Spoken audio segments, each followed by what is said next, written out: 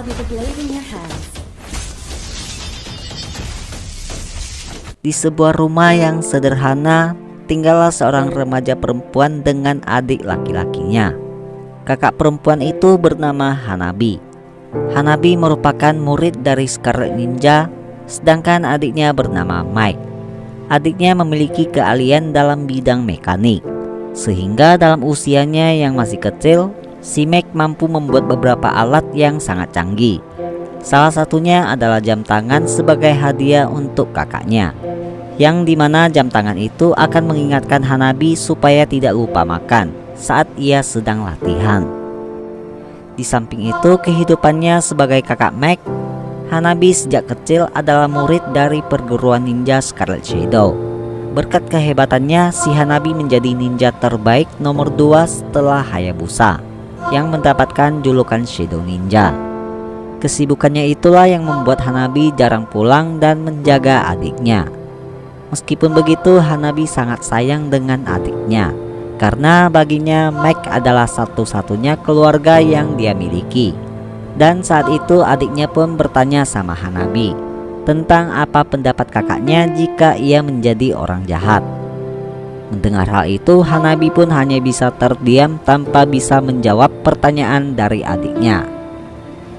5 tahun pun berlalu. Kini si Mike pun sudah tumbuh dewasa. Namun dia sekarang malah bergabung dengan sekelompok preman. Dengan keahlian mekaniknya, si Mike pun membuat tangan kanannya menjadi tangan robot yang sangat canggih. Hanabi yang mengetahui adiknya seperti itu merasa sangat kecewa. Namun si Mike malah mengusir kakaknya dan menyuruh kakaknya jangan pernah menemuinya lagi.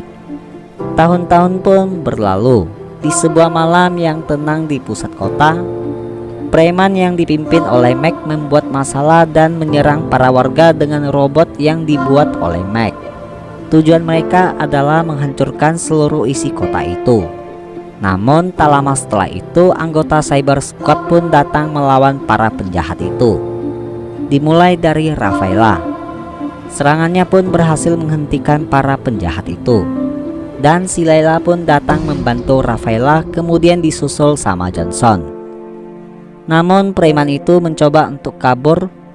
Setelah itu datanglah si Cyclops, begitu juga sama Cyber, sehingga para penjahat itu berhasil ditangkap. Namun kedua kriminal tadi hanyalah bawahannya saja. Cyber Squad pun mendapatkan informasi bahwa pemimpin dari penjahat itu berada di pusat kota area C. Mereka berlima pun langsung bergegas untuk ke sana. Hanabi yang mendapatkan kabar itu langsung menuju ke area C juga, karena dia tahu area C itu merupakan markas dari adiknya. Hanabi yang sampai duluan melihat adiknya telah terpojok dengan senjata peledak di tangannya. Hanabi pun memberitahu adiknya jangan gegabah dalam mengambil keputusan.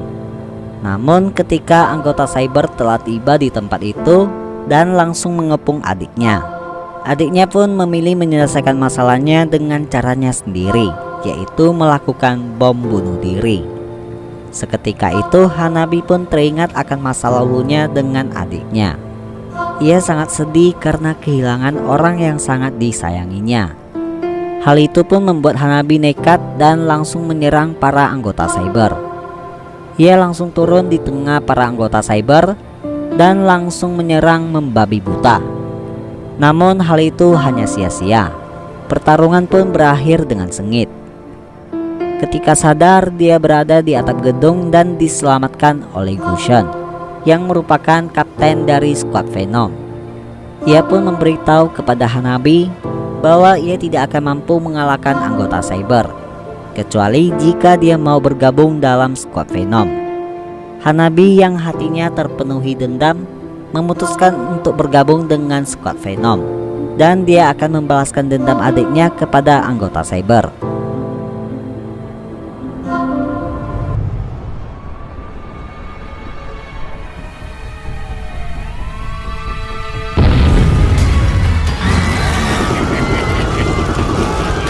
Targets are coming up on 106th Street.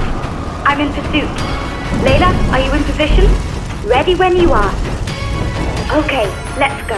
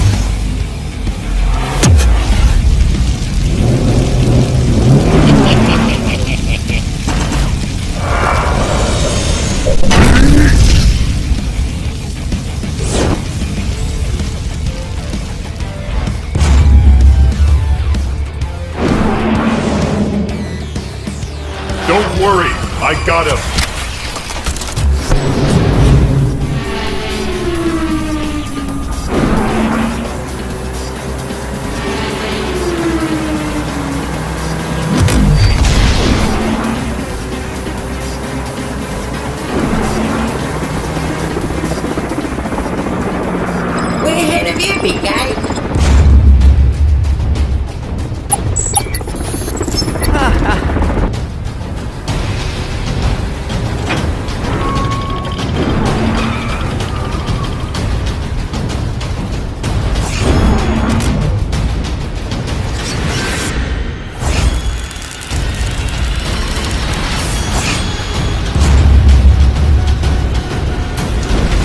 Wipe out!